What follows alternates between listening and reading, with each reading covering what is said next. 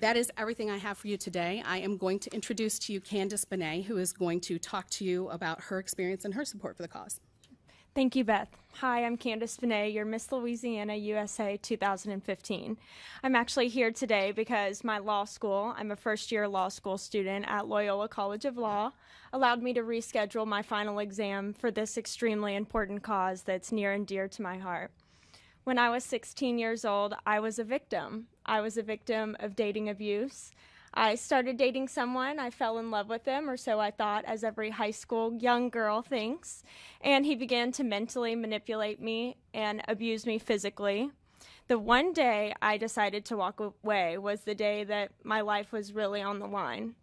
I wasn't the statistic. My family I do come from divorced parents, but they didn't suffer from alcoholism. I didn't grow up in poverty.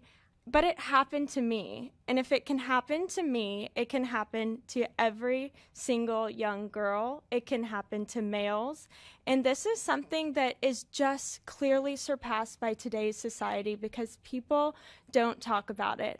And I have a wonderful opportunity as Miss Louisiana USA to have this as a platform and to compete at Miss USA for Miss Universe and to stand before you guys and advocate for House Bill 488, 722, and Senate Bill 174. 174 is extremely important and probably the reason that my law school allowed me to postpone my exam today, because Gillis Long Poverty Center at Loyola College of Law works with domestic violence victims on a daily basis. And something that they struggle with is placing victims into homes because their abusers have put a damper on their ability to rent. And people won't allow them to rent simply because they just don't want to deal with the issue. But it's not the victim's fault at all. And as a previous victim, I'm here to tell you that it is a long road to recovery, but they need your help. And through House Bill 488, as a victim of dating abuse, if this House bill was there, I would have been afforded a lot more protections when I was 16 years old. Yesterday was my 26th birthday, so I'm proud to say that I'm no longer a victim and that I am a survivor. And I would encourage you to please check yes and vote for these 3 important bills. Thank you so much for having me. So in closing, I'll just say this, and Candice is being quite modest. I don't think she'll mind my sharing with you, but her situation was very serious.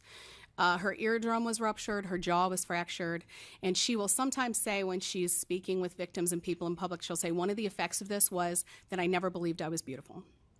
And so I think that if those kind of things can happen and this woman can rebuild her whole life, she has a bachelor's degree in biology, she's working on a law degree, this is clearly a woman of strength and fortitude. And what she shows us is what these women and girls can become if we give them a chance, if we give them appropriate services and we give them the protections they need. Thank you. Thank you. You bet.